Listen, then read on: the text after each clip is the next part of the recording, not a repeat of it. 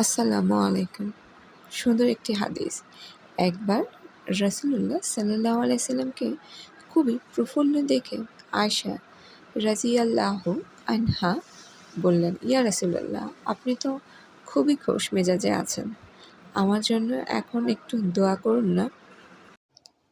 আয়েশা রাদিয়াল্লাহু তাআলা আনহু এমন আবদারে মুচকি হেসে রাসূলুল্লাহ সাল্লাল্লাহু আলাইহি সাল্লাম আল্লাহকে বলতে লাগলেন, ইয়া আল্লাহ, আয়েশা পূর্বে করেছে এমন সকল গুনাহ আপনি ক্ষমা করে দিন।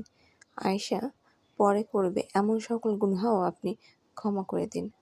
আয়েশা প্রকাশ্যে করেছে এমন গুনাহও আপনি ক্ষমা করে দিন।